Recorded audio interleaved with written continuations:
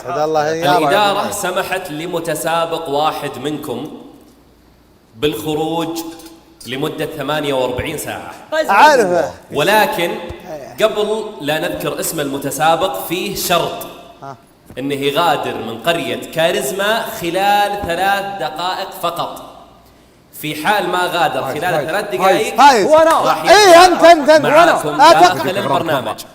المتسابق اللي تم السماح له هو المتسابق فايز الشهراني. سريع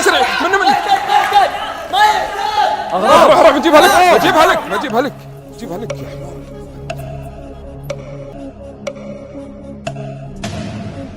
كم باقي الوقت؟ اصبر. فك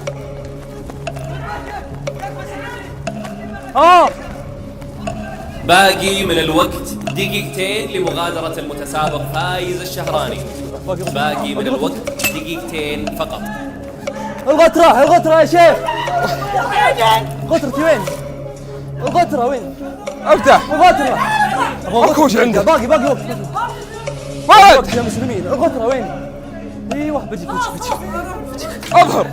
اطلع يا مسلمين. شو قاعد؟ ما يحتاج راح. الباب. افتح يا ولد. افتح الباب. اصبر.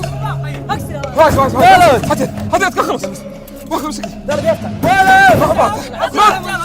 باقي من الوقت 1.5 دقيقة فقط لمغادرة المتسابق فايز الشهراني.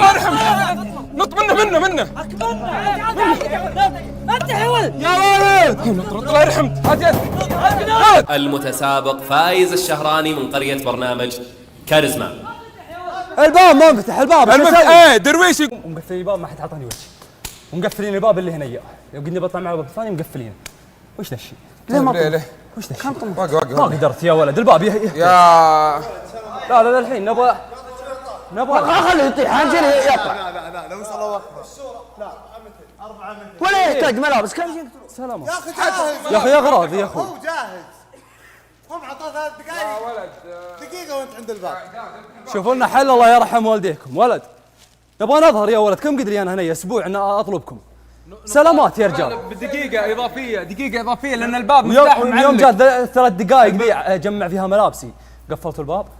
دقيقة إضافية يعني الباقيين يطلع يلقى الباب مفتوح على طول. سلامات يا رجال. الغامدي ما قال لك وقت. يا ابو عبد الاله انت ابو سلطان. شوفوا لي الحل ولا الوجه من الوجه ابيض.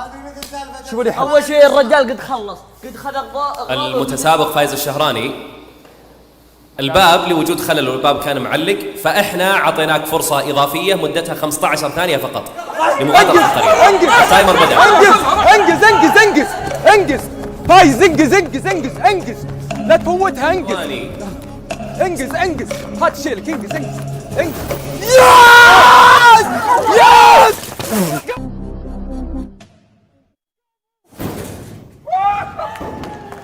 عسى الله يحفظك يا فايز في حلك وترحالك وتروح وترجع بالسلامه. اجازه سعيده مدتها 48 ساعه. ايوه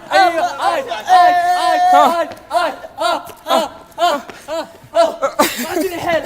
48 ساعة كم؟ يومين صح؟ يومين. تركي الله يستر الله يحفظه.